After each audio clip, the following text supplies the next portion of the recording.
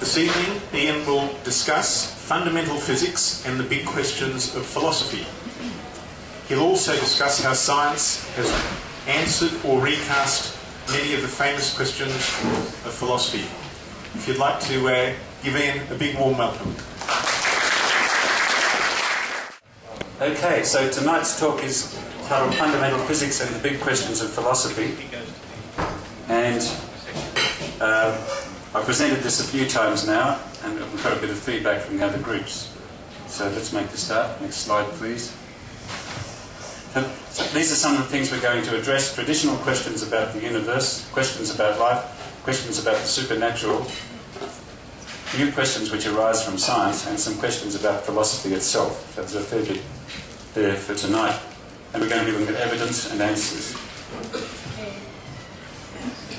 Questions about the universe. Traditional questions, of course, from earliest mankind, early civilizations, they ask questions such as what makes the crops go? Right, so that's an easy one. I think most of us know that now. And where did the universe come from? And is there a purpose to life? How does the universe work? And where will the universe end up? Questions about life. Where did life come from? Where did humans come from? How does the mind work? Do we have free will? What happens in the universe? Is what happens in the universe predetermined? Or can it vary? Where do ethics come from? What are human rights and animal rights? So a fair bit to cover here. About the supernatural. What is spirit? What is the soul? Is there an afterlife? Are there gods? How does prayer work? Angels and demons? And what about the occult? Now, I think everyone here has probably made up their minds on these particular issues already, but hopefully you'll gain some new arguments to use, and I can also indicate on each of these questions the degree of certainty which science would provide to the answers. And the new questions which arise from science will include things such as quantum mechanics. Is there an ultimate theory of physics? Dark matter, dark energy, the eventual fate of the universe. Is the universe infinite, or does it have an edge? And black holes, and what happened before the Big Bang, if we get to that. And questions about philosophy itself will include what is philosophy? One definition is it's the application of pure thought to the solution of questions. We can see how far that gets us. And can reason alone lead us to any conclusion about the real world? Should it take into account the findings of science? And what about metaphysics? Okay, next question. Philosophers have debated most of these questions for a long time, in fact for thousands of years. And many of the questions have been answered, not by philosophy, but by science. And some of the questions have been reformulated by science, and some of the questions remain unanswered. So we're going to try and find out which of those apply in each case. So after going through the evidence, we'll re-examine these mysteries. So the motivation for this talk has been discussion with other groups who believe in many different things, such as spirituality, religion, the paranormal, or pseudoscience. And some reactions have been that on one occasion, when I got to their selected belief system, their preferred belief system, 3 of them walked out at different stages during the talk, and 3 more believers stayed till the end in order to harangue me with questions. And during that particular talk, you could tell when I tread on a sensitive toe because there were howls of disagreement from the audience from time to time. So feel free to howl in disagreement if you like. Okay. And you promise not to leave? I promise not to leave, absolutely. Can you tell us where those howls were? What particular thing? Okay, I'll tell you now, in case I forget later. One was to do with astral travel. You'll see that in a few seconds. Another one was to do with telepathy, and another one was to do with gods. So they were the main ones that caused offence. So when you travel, next slide, 3 words per slide, which method do you use? You could use spirituality. There we have an astral traveller connected by the reputed silver cord back to their bed. And on the right we have an aeroplane with lift, force and drag. So which method do you use to travel? Hands up if you use the first method. Hands up if you use the second method. Okay, well there we have it. Next slide. When you communicate, you can use spirituality. There we have a diagram depicting telepathy. transfer of thoughts, Paul believes in that, transfer of thoughts through the intervening medium, whatever that might be, or transfer of information by radio waves and by tablets and so forth. Two different methods. Next slide. But hang on, this is showing a battle between science and religion. Perhaps science and religion can both exist in harmony. Well, Stephen Jay Gould said science and religion are non-overlapping magisteria. In other words, the magisterium is presumably an area where certain rules apply. That's what I take it to mean.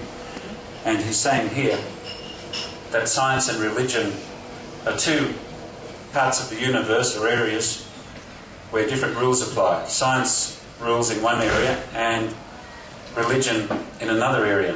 Whereas Isaac Asimov said there is a single light of science, and to brighten it anywhere is to brighten it everywhere. So Isaac Asimov has the view that science will illuminate everything, including religion. Just a bit of a survey. Who thinks, if we go back a slide, thanks. Who's with Stephen Jay Gould on that score? Who's with Isaac Asimov on that score? Okay, next slide. So one method is far more effective than any other in finding the truth. It has revealed the origins of the universe, of our planet, of life, and of humans.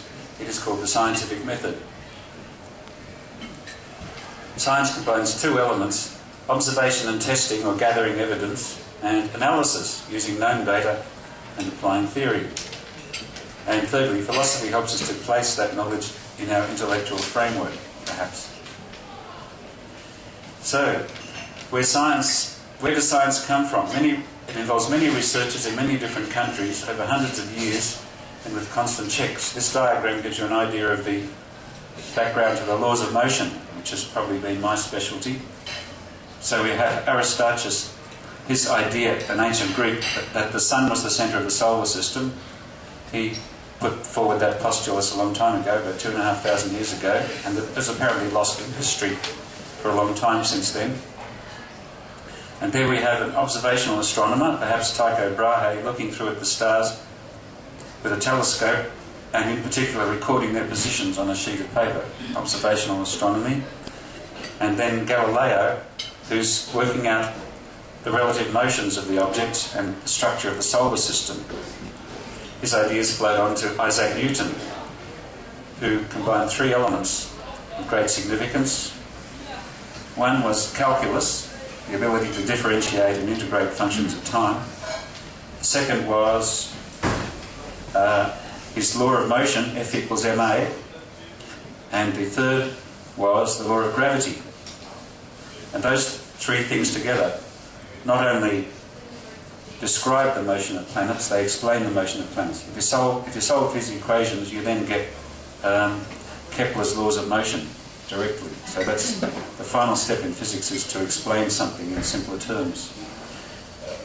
Then Einstein came along and introduced general relativity and said that, in fact, gravity isn't a real force.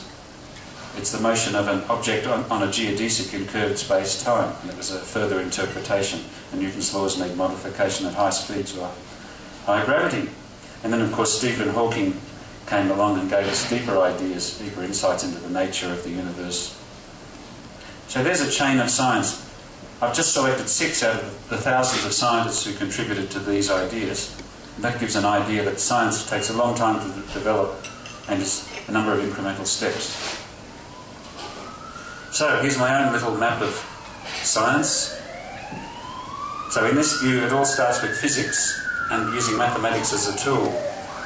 And you can see there that chemistry basically flows out of physics. By the time you apply quantum mechanics to particles, you can explain atoms and molecules, the structure of materials. And biology can be based on chemistry, and medicine can be based on those two. And computing can be based on mathematics. And neuroscience is perhaps based on computing and medicine. Whereas physics can go directly to astronomy and cosmology. So we can see the universe, life and the mind all represented in that diagram. And the supernatural, I put that there as a postulate to see where that leads us to later on. Next slide.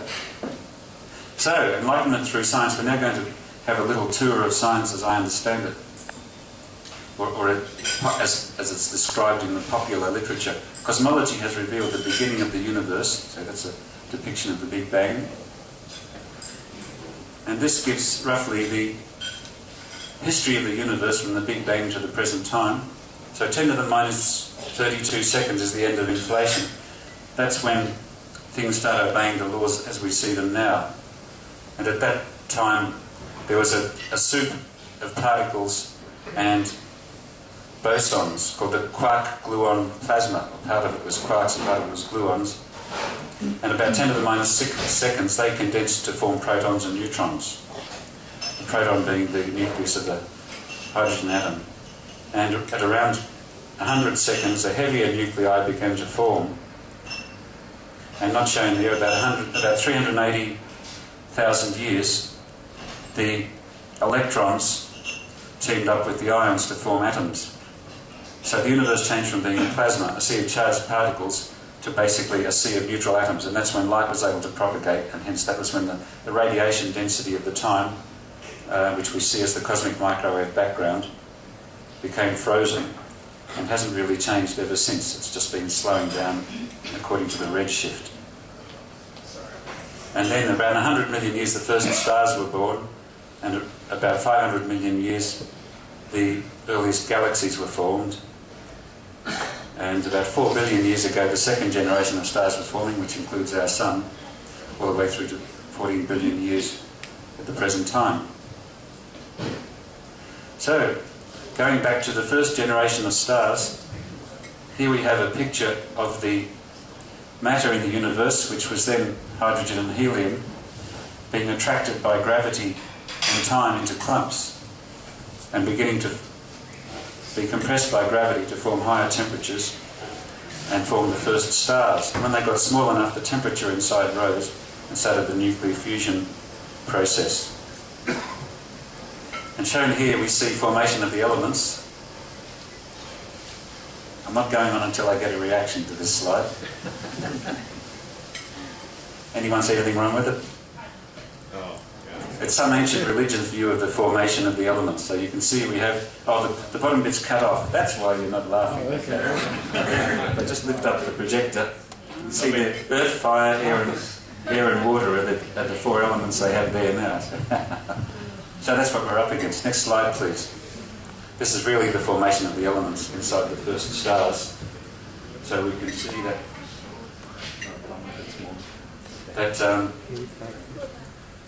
hydrogen nuclei, i.e. protons, are fusing with neutrons to form heavier elements, specifically carbon, followed by nitrogen.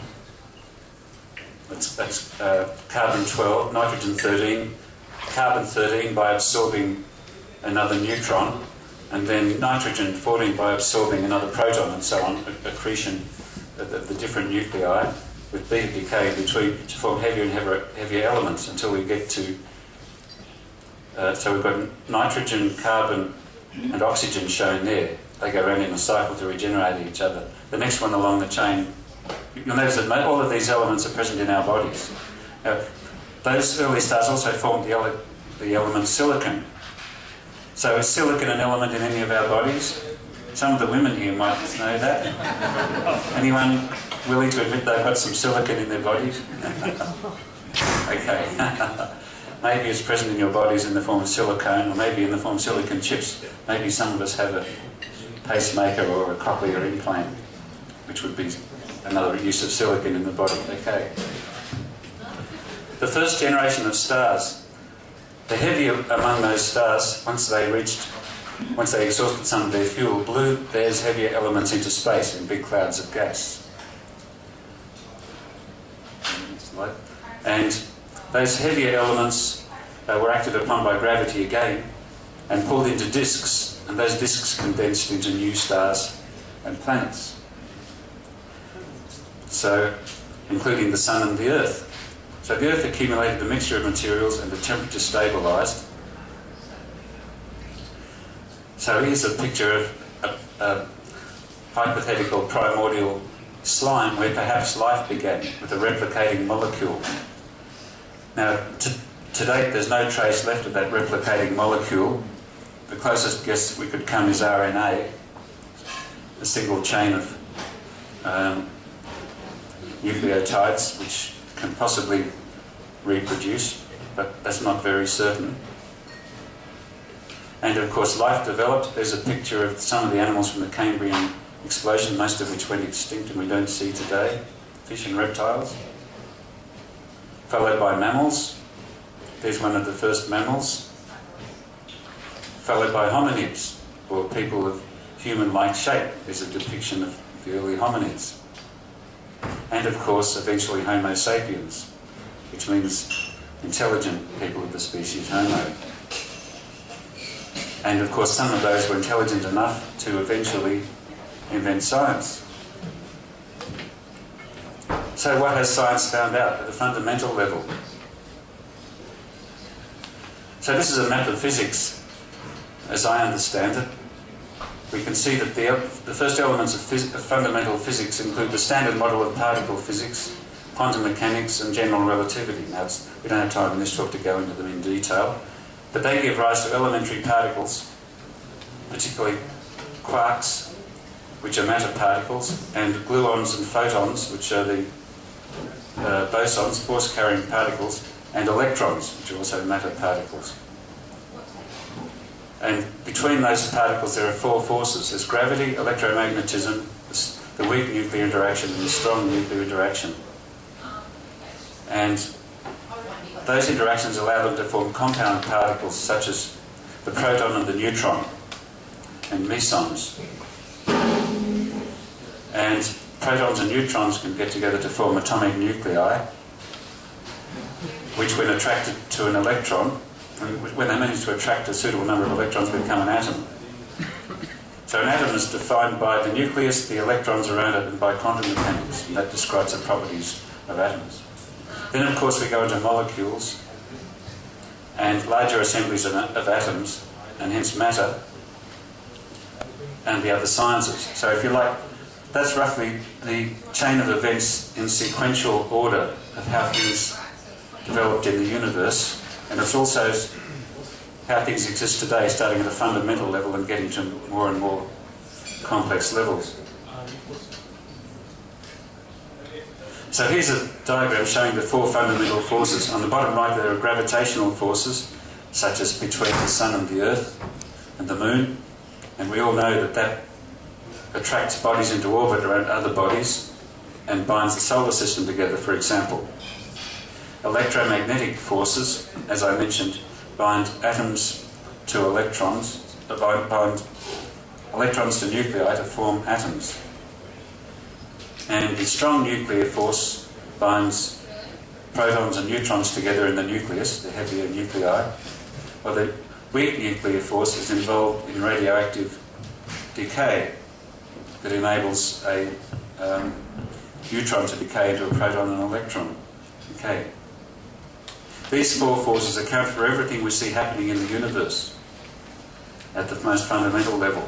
Now this is one of the most important conclusions we're going to have. There are apparently no gaps in this process.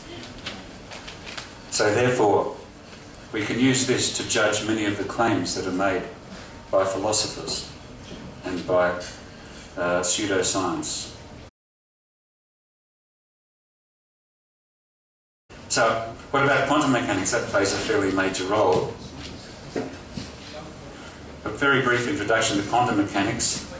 Starting with classical mechanics, one formulation of classical mechanics is to develop the Lagrangian quantity for a body in the presence of another body. And if you like, that's L minus equals T minus V, which is the kinetic energy, a half mv squared, minus the potential energy, which in this case is gravitational potential energy, G, the large M times the small m divided by R. So that's a mathematical quantity, and we don't want the number for it, we want the expression in terms of the position and momentum of the particle. Then you put that in a classical formula, a differential formula, and solve it, and it gives the equation of motion of the moon around the Earth, or the Earth around the sun, or a falling body, or a car in motion down the road. And it will also give you a motion of an electron around the nucleus. Next slide. Except that it's wrong. So classical mechanics is unable to explain atoms and molecules sufficiently well. When I was at uni, we learnt a semi-classical explanation, which was basically that the electron orbiting the nucleus is a wave function, and it takes one wavelength to get all the way around the atom, and that correctly predicts some of the energy levels of the atom. But it doesn't get you any further than that. These days they start with quantum mechanics. So how do you get quantum mechanics? You start with the same Lagrangian for the orbiting body, the kinetic energy minus the potential energy. In this case, we've got charges. We've got the electron in the nucleus. So big Q is the charge on the nucleus, and little q is the charge on the electron, and r is the distance between them. So the potential energy is minus epsilon q1 times q1 r. So the Lagrangian looks very similar to the classical case, but you put it into a different formula. You put it into Schrödinger's equation, which bears no resemblance to the classical equation, and solve that, and that gives you the solution for the hydrogen atom, the atom with one electron.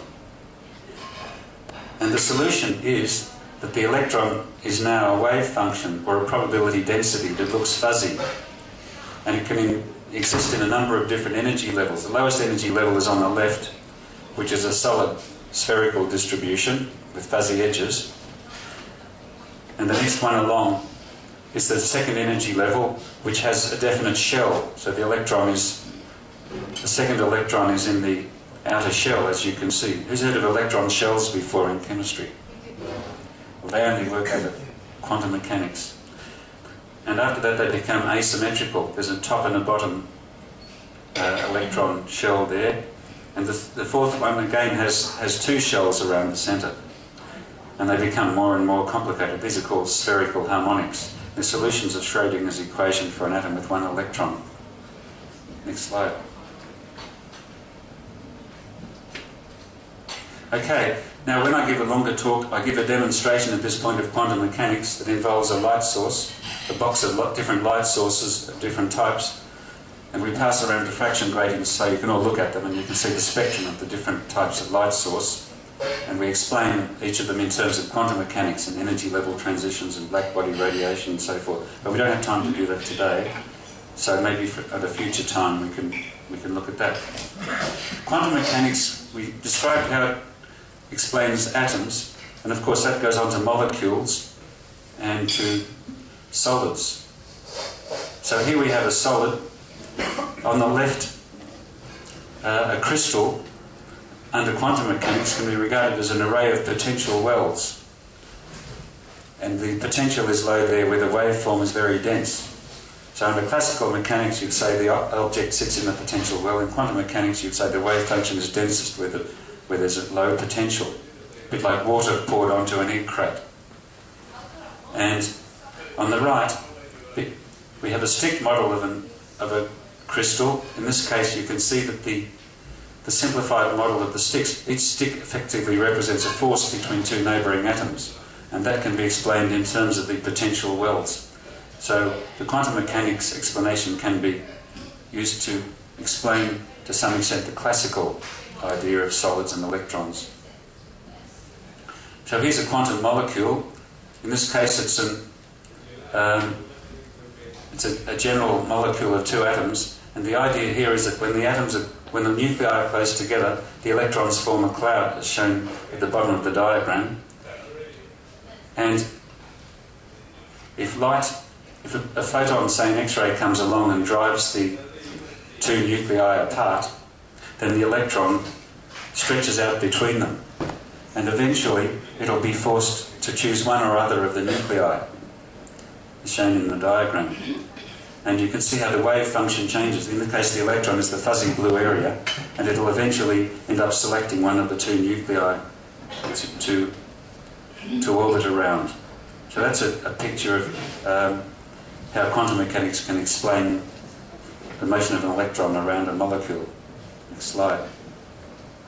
Now, how do we know that science, as knowledge, is complete about how the world works? Let me give you an example. Your car won't start. You go out one morning and your car won't start. what would you do? Any quick answers? What might you do? Kick it. NRMA, kick it? Yep. What if you're technically minded? Check the battery. You've checked the battery, plenty of voltage there. You pull out a spark plug, there's plenty of spark there. You sniff the carburetor or the fuel injection system, plenty of fuel there. Still won't go. So it's turning over all right. So you call the NRMA and they say, well, actually, I've checked everything on the engine. There's nothing wrong with it. It's just one of those things that won't go. One of those engines that doesn't run. What do you do then? Great. Yeah, well, you're getting ahead of me. What else might you do? You might go to the manufacturer and demand they send out a representative to check it out. Suppose that the manufacturer's representative says, I've checked out your car. There's nothing wrong with it. It's just one of those things in the universe that we can't explain. It doesn't run. This has happened a few times, and the car supplier has usually ended up on checkout. You might have seen. You might have seen the scene where the neighbour looks over the neighbour's fence into the backyard to find a whole team of mechanics working on their Jeep. So what happened to the neighbours? They bought a Jeep. So, in this, what this illustrates tonight is that unexplained things don't happen in this universe. We're so sure of the laws of physics and the fact that those four forces apply that we would not accept the fact that a case has come along where something doesn't work. Because if your car won't start, and there's nothing wrong with it, then the four forces that we've been describing must be in error. We have such confidence, every one of us, even the religious people that I've spoken to, they have such confidence that the car won't start that it shows that they really believe there are only four forces in nature. There's no room for a fifth force. So there are no gaps in how the world works, with some qualifications, of course. That's in the here and now. So here on Earth, as we know it, living on the surface of the Earth, at a fundamental level, things are pretty well sewn up. In fact, going back and forward in time, things are pretty well sewn up for a long way as well. For example, astronomers looking at the universe can look at more distant objects, which is the same as looking back in time, and they find that the laws of physics as we know them today were in fact the same, all the way back to 10 to the minus 32 seconds. That's a fairly big ask, 10 to the minus 32 seconds up to 13 billion years. Before that, things were very different. It's not able to explain what happened before that. And in things like black holes, these laws break down. But certainly in the here and now, things are pretty well sewn up. Not with complete certainty, because science never provides certainty, but to a higher level of confidence. So where does spirituality fit into this? The traditional view is that the spiritual realm exists in the material realm. Remember Stephen Jay Gould and his two non-overlapping magisteria? The spiritual realm presumably contains things like gods and angels and demons and prophets and the occult. And the material realm contains things like planets, trees and humans. So this suggests to us that the spiritual realm is in fact empty, and that if spirituality exists, it must be a layer of complexity in material realm. So we're now going to move to a little video, if I can take the seat.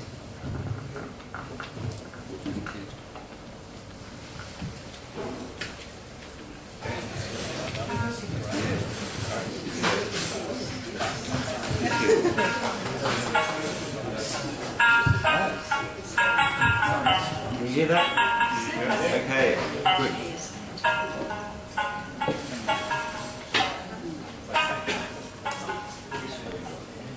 In the history of philosophy and poetry and art, we always find the interchange of two personality types which I call linguists.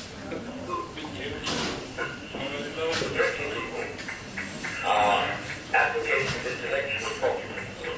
They want a rigor, they want precise statistics, and they have a certain strict attitude in their voices that you notice very well in academic circles. So there are people who are always edgy like that. And they accuse other people of being disgusting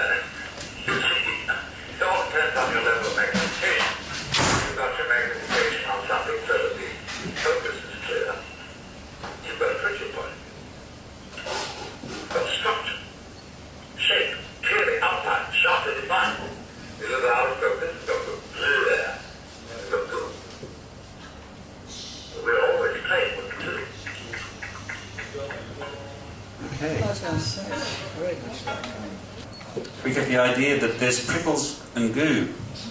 And the message there is that the universe at a fundamental level is prickly. And things are very well defined, with not much scope for variation. But there is a higher level of complexity, which is perhaps the gooey level, that is much less understood. And perhaps that's things like psychology and social sciences. Okay, next slide please. So that's prickles and goo.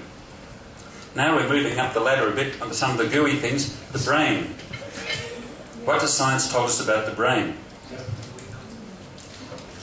Now, if you go to the butcher and you buy a lamb's brain that weighs 1 kilogram, and you then take it home and you're going to make some lamb cutlets like that. When I first gave this talk, I was surprised to find that the restaurant we were in actually had lamb patties, had lamb brain patties on the menu. So some of us actually ate some lamb brain while I was giving this talk. So if you're going to cut up that to make 2 patties, and you cut the brain into 2 equal halves, and you weigh the halves, what do you expect each half to weigh? Half a kilogram, of course. You wouldn't expect the 2 halves to weigh 0.7 kilogram, would you? Because that would break the law of conservation of mass. So therefore, brains obey the law of conservation of mass. Now, who's seen a crash with a crash test dummy in it? I'm sure you've seen it on TV. They put the model of the human into the car and smashed it into a wall in order to evaluate the forces on the crash test dummy to see what the forces would be on a real human, and they can design the car better to withstand those forces. And the human head is designed to weigh 4 kilograms, and it's the shape of a human head and the size of a human head, and it's on a springy coil representing the neck. The reason for this head being built this way is because engineers know that the human head obeys all the laws of motion, momentum, acceleration, and so forth, including the brain. Next slide. Now, what has science told us about the mind? Physics has shown that the brain obeys the law of conservation of energy, because there we have Sheldon Cooper doing some serious thinking about a topic similar to what we're talking about tonight. As you can see, we have Planck's constant and the law of refraction and Bazinga. And while he's doing that, his brain is consuming a lot of energy in the form of, is it ATP and oxygen? I think the fuel that runs our thinking. So we find that solving difficult mental problems burns a lot of calories. So brains obey the law of conservation of energy. Unless, of course, you were Homer Simpson, where science has shown that the brain has capabilities in proportion to its size. Now, the brain runs on electrochemistry, as we know, and the electrochemistry is largely understood at a fundamental level, with dendrites and synapses and neurotransmitters and so forth. So, in summary, the brain obeys all the laws of physics. Its operation is based on the 4 forces of nature. And to communicate with a deity or with another person by telepathic means would require a new force in physics. So this is why we could be quite confident about how brains communicate. So how does the mind interface with the world? The inputs, as we know, are sensors. We can experience touch and feel and smell and taste and so forth. Or if we've had an accident, we might have some electrodes implanted in our brain which can replicate some of those sensors to some degree, at least provide some stimulation. And the outputs from the brain is done by nerve transmission to the muscles in the body, and that enables us to move and provide outputs, or to speak, or to move our eyes, or whatever. And again, scientists can provide interfaces which can convert these to mechanical devices. So, we know how the mind interfaces with the world outside, and in some cases that can be duplicated by mechanical devices. So, things like conscience, prayer, meditation, thought, studying science, admiration, fear, happiness, and all other emotions and mental processes, they're just mental processes. And mental processes are, of course, internal brain functions. Now, that's not to say that we know how that can be translated into the fundamental level to the prickly layer, but what we do know is that they obey all the fundamental laws of physics, so they must be layers of complexity in those fundamental laws. So the gooey phenomena, according to that video clip, are layers of complexity or emergent properties of the prickly things we observed. So, mental processes are emergent properties of matter. Now, what about conscience or prayer? I think most of us here know what conscience is and have experienced making a decision based on our conscience. Well, it could be that that's pretty well the same function that religious people believe they perform when they pray. In fact, there's been some debate about whether, within the Catholic Church, whether conscience should take precedence over prayer. And one of the previous Pope declared that if you analyse your conscience and come to one conclusion, and you use prayer and come to a different conclusion, then conscience should take precedence. Which I'd have to agree with that. In any case, could it be that these processes are one mental process in your brain communicating with another mental process in your brain? We know that lots of things that happen in our brains are subconscious. There are things going on that we don't know about. Until later they might become conscious or they might not. So therefore, the conscience, for example, could be the ingrained moral rules established over a lifetime, competing with gratification in the here and now. So will I take this cake, which the other person has, well, the other person is looking in the way because I like that cake, or does my conscience say, no, it's the wrong thing to do, I won't take it? So that could be an explanation of that. Even prayer could be a communication between two parts of the brain, or two mental processes. So, past lives. Science has shown that the mind is a function of the brain. The brain develops in the fetus and in the child. Memories are created from experiences as a child and as an adult. And there is no mechanism for installing memories from a different brain. So science is very clear that past lives are out. Science has also shown that the mind is a function of the brain and it is entirely dependent on physical support systems. For example, if the oxygen to your brain is cut off, you will stop thinking, at least within a few minutes. Or if the ATP is cut off, you will feel very faint. And if you indulge in too much alcohol, your thinking will be affected. There's yet to be a successful court case where the person said, okay, Your Honour, I might have been over 0.05, but that only affects my physical brain. My mental processes run independently of that. That has never succeeded. I don't know whether it's ever been presented. But it does show the idea that our mental processes are entirely dependent on the physical support system of the brain.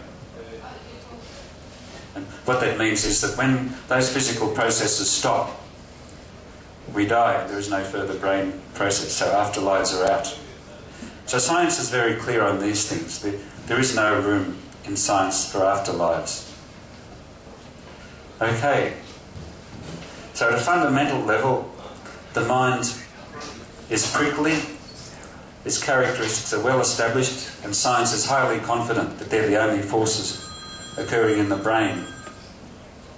However, at a higher level of complexity, possibly the gooey layer we saw in the video, a little is known, and there's much to find out.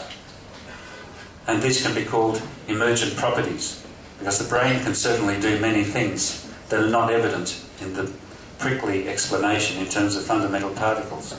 So the brain has many properties that are not evident at the basic level.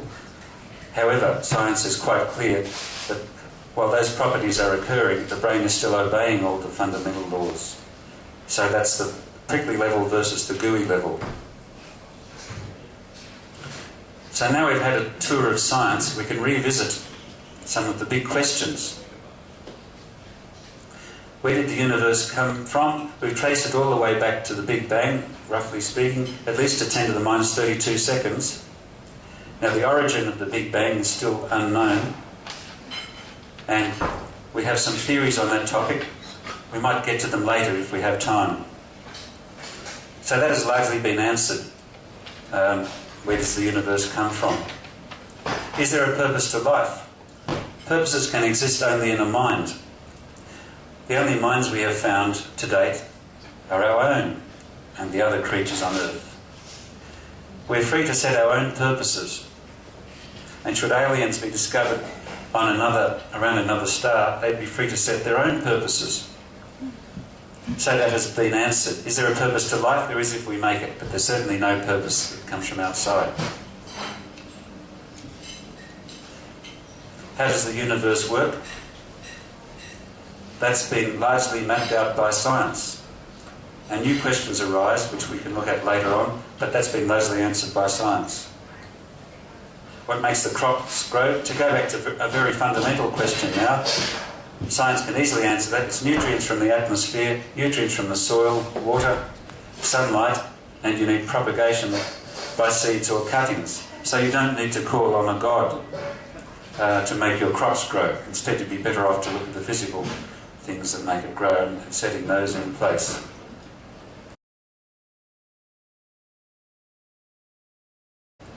Questions about life. Where did life come from?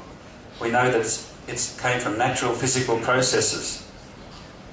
The exact mechanism is not known, so that's a mystery that survives. But we do know a bit about it. We know it at the prickly level, that it was based on natural physical processes, but the gooey level is not known. Where did humans come from? I don't think there's anyone here who doubts that they came through evolution from more primitive species, involving random mutations, natural selection, and survival of the fittest, to put it in 3 lines. So that's been answered by science. How does the mind work? At a fundamental level, it's electrochemical processes, and minds obey all the laws of physics, chemistry, etc. So that's been answered by science. At a higher level of complexity, however, much is known and much is not yet understood. Research is constantly revealing more detail, and the mind emerges as higher levels of complexity. So how does the mind work? That big question of philosophy is still in progress. Do we have free will? Very classical problem of philosophy. We know the mind operates at the fundamental level by the 4 known forces. That includes decision making. We know that our choices are influenced by our genes, which are genetic packages from our parents, and also influenced by memes, which are, if you like, can be described as packages of behaviour that we inherit from society, from our parents and the people around us. Hang on a bit.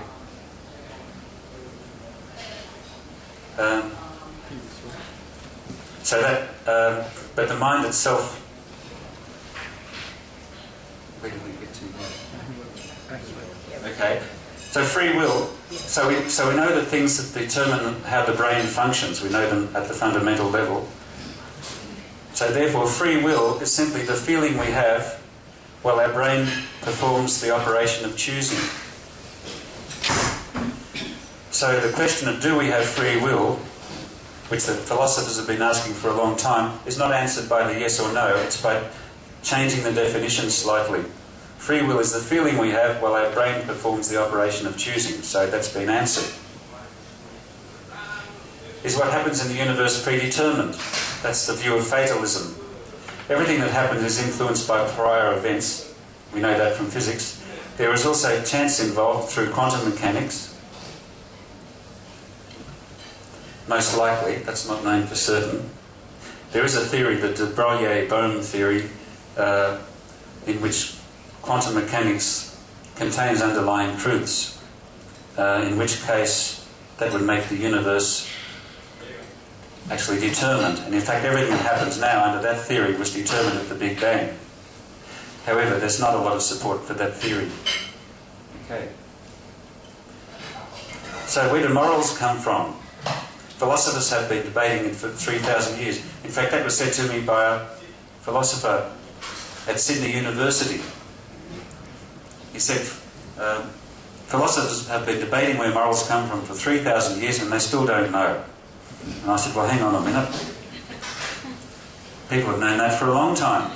Science has answered that long ago. Don't you look at anything scientific? Because we don't need to look at science. No, we sit down and talk about things. We don't need to look at evidence. So, where do morals come from? Science has shown clearly where they come from. This is the traditional view, firstly, that there are gods somewhere up there, and they communicate to the people on the ground via prophets and via holy books, or in this case, tablets, which are passed down to the people in the form of rules and laws on how they should behave. And of course, we have the spiritual realm.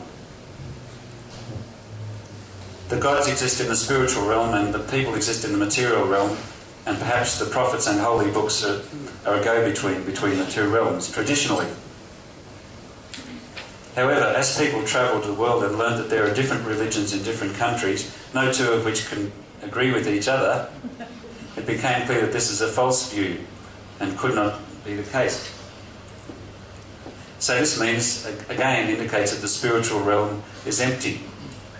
So what possible origin of morals can we fit into this scenario?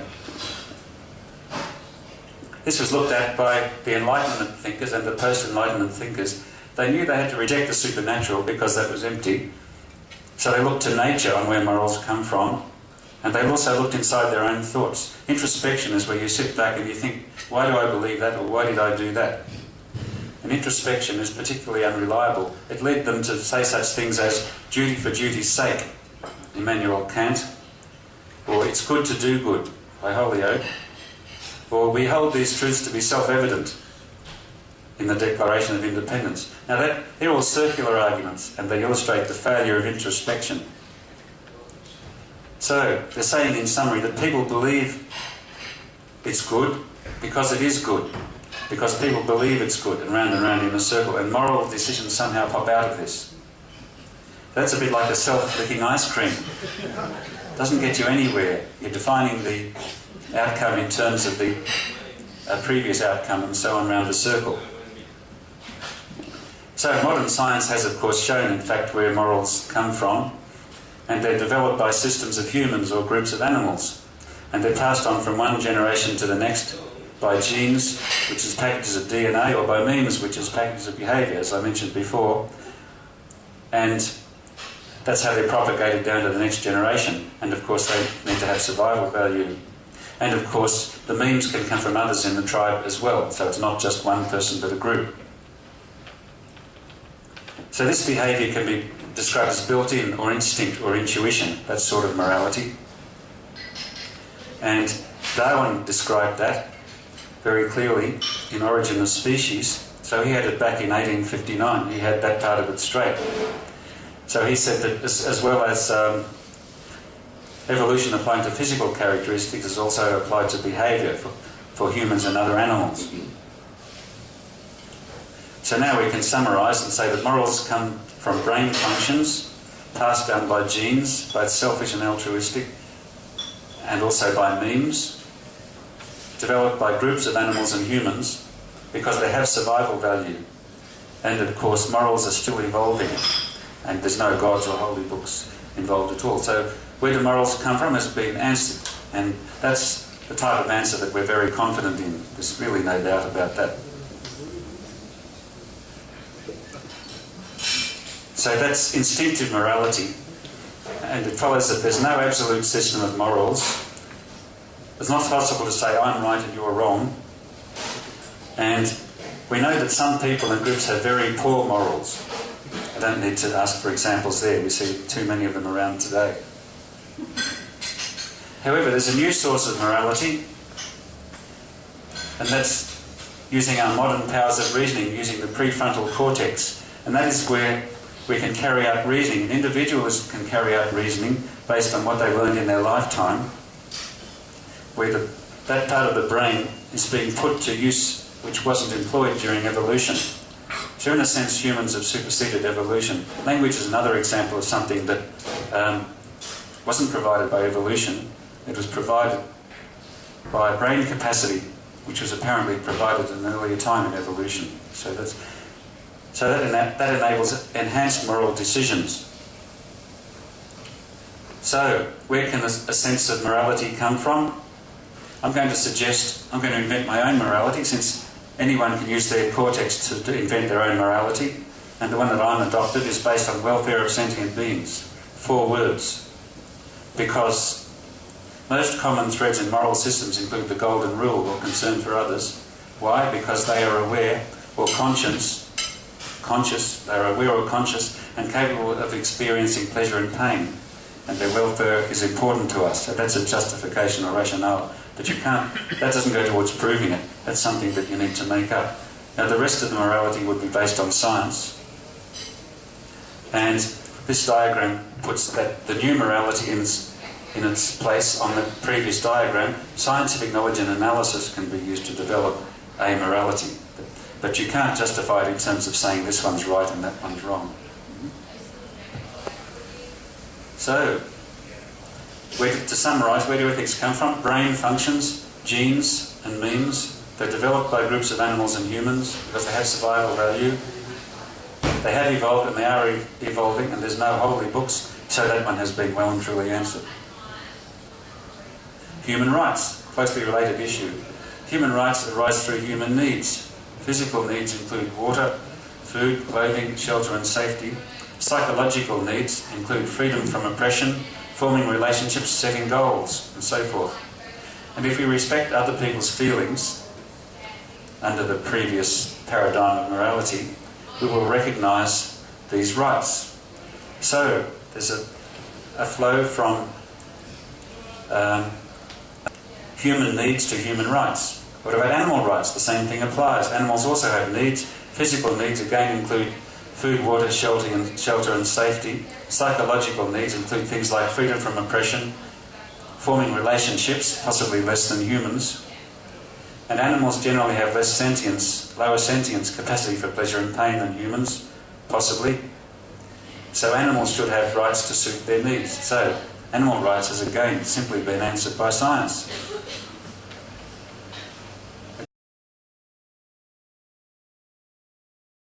Okay, questions about the supernatural. We can do this fairly quickly.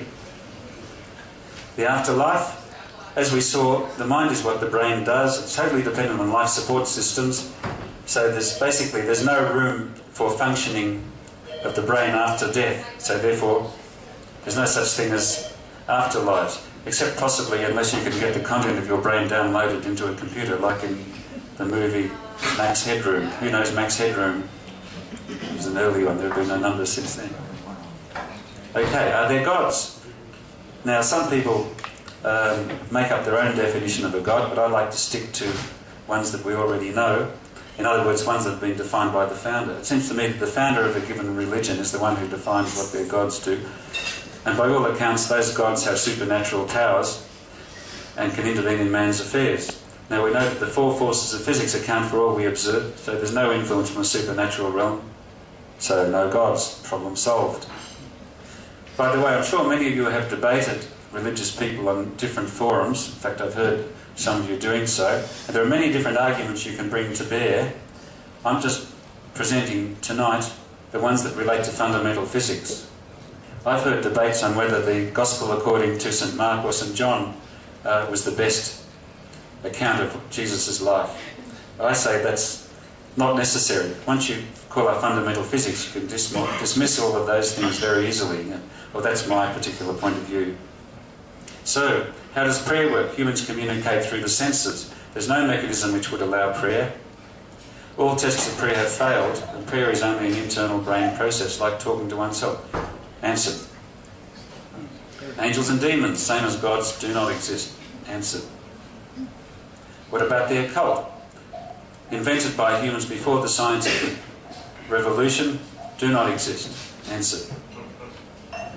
Okay, now finally, new questions which arise from science. These are some of the questions we looked at before, and we're going to, obviously there's more there than we can address tonight, so I'll just touch on a couple of them. And in fact, we're going to look at how science is addressing these questions rather than the answers, the tools science is using to find them out. So the structure of the universe, might there be a new force in physics, a 5th force? Yes, indeed. That's what physics is doing with particle accelerators and other extreme instruments. The search for the Higgs boson was looking for a new force. And in fact, they found a new force field, the Higgs field, roughly speaking. However, it does not interact with matter under current conditions. The Higgs field only produced Higgs bosons back during the inflationary period, around that time, 10 to the minus 32 seconds, on my understanding. So it's roughly possible that, in fact, Higgs bosons have not existed in the universe since 10 to the minus 32 seconds until they started up the Large Hadron Collider. So you tell me, who are the real gods here? It seems to me that they're the scientists studying these things. In any case, it's instruments like that that are looking at the underlying fundamental structures of the universe, not the philosophers sitting in armchairs talking to each other. The universe and the Big Bang, the tools that scientists are using are things like telescopes, optical, radio and infrared, computer simulations with their predictions, particle accelerators, and of course theory. The ultimate fate of the universe, that's an important one. Philosophers have been long asking that question. In fact, it's recently been shown by Brian Schmidt and his team that it appears that the universe is still expanding. And this means that it won't collapse into a big crunch. It's not a cyclic thing at all. This universe is on a one-way path to a heat death, unfortunately. So that answer is known. Fortunately, we won't personally be around to experience the heat death. Dark matter, another mystery revealed by science. It seems there's too much gravity in galaxies to account for their rotational characteristics. So therefore, there must be additional matter in the galaxies which doesn't glow. And these slides represent some of the findings of that. On the top left, you see lensing effects, where some galaxies in the distance are smeared out by a gravitational source in the foreground, and that gravitational source can only be explained in terms of dark matter, because the existing galaxies there are not enough to cause it. So there's some direct evidence that there's some missing mass in the universe. And on the bottom right, there's a computer simulation of the distribution of dark matter that was found to cause that lensing. Dark energy, it's another mystery. I'll briefly go through this formula because it's to do with the fundamental structure of the universe. So, this is one of the most fundamental equations in the universe, and it only applies to large averages. It doesn't apply to near particular heavy objects or the solar system. It applies to the global average. So H is the Hubble constant, which is basically the time that the particles in the universe apparently started from the one point. So that's about the age of the universe, 13.8 billion years, with some minor corrections for the acceleration or deceleration since then. In other words, it's how fast the universe is expanding. Now G is Newton's constant, the gravitational constant, which is 6.68 by 10 to the minus 11 MKS units. And rho is the important one, that's the density of matter in the universe. And K is the curvature of the universe. Now the universe can be flat, in which case K can be 0, or it can be, which means that if you, no matter how far you kept travelling, you wouldn't return to the point of origin. Or the universe can be positively curved, which means that you would eventually end up back where you started. Or it can be negatively curved, which means it would be hyperbolic in nature, and you'd certainly never get back to where you started. So K can be either sign. C is the speed of light. R is the radius of the universe. That means the distance you would have to go to get 1 radian of curvature, as defined by K. And lambda, the expression on the right, is the cosmological constant, which could be 0. So that's what dark energy would do. Dark energy can provide that lambda constant and might make that non-zero, which would cause, in this case, cause an expansion of the universe. So when Brian Schmidt observed the acceleration of the universe, it's indicating that there's dark energy. That lambda term on the right, upside down V, is non-zero. Now, that could be due to two things. It could be due to an underlying nature of the universe, or it could be due to some field that's not yet discovered. So that's what science has found about dark energy. And this diagram shows that when the universe is small, gravitational attraction pulls matter together. This should say all matter. So gravitational attraction applies to all matter and pulls it together. And that would slow the attraction, that would slow the expansion of the universe. That's certainly what happened early in the universe. But as the universe gets bigger, the gravitational attraction gets less and less, and the repulsion kicks in, because as the universe gets more and more dilute, the repulsive effect of dark energy gets stronger and stronger. So the attraction reduces and the expansion, the repulsion expands.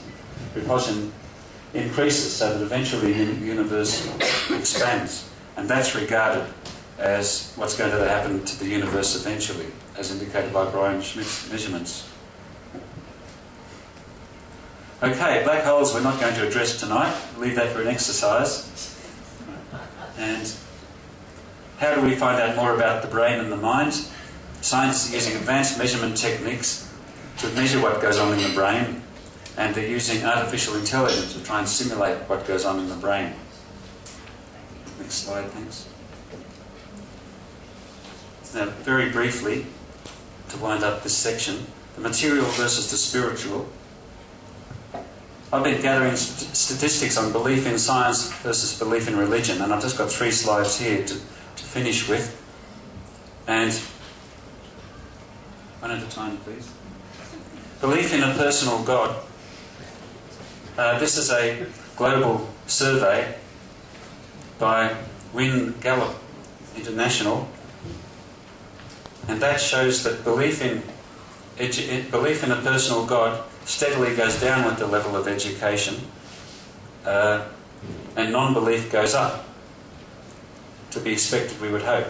But that's pretty solid evidence about what the true nature of the world is. Very clear trend in the graphs there on a global level. Next slide. So this is in the USA, belief in a personal God by different surveys. And you can see there that non-college graduates through to college graduates through to the Academy of Science members, highly qualified scientists, that the level of non-belief goes up very rapidly with knowledge of science, which is another powerful tool. And finally, this graph shows how it's been changing over the years. One group did surveys in the early part of the century, in 1914 and 1933, and then recently another group replicated those surveys with the same questions among greater scientists. And they found that the level of belief goes down dramatically as the centuries go, as the decades go by, and the amount of non-belief rises towards 100%. That's very clear-cut evidence. So, they're the conclusions to date. Religion and philosophy and science have always sought answers to the mysteries of the universe. Science has been very productive in answering these questions. Many of the questions have been answered. Some of the questions have been reformulated in different terms, and many new questions have arisen. And I think pursuing these questions is the biggest adventure we can have.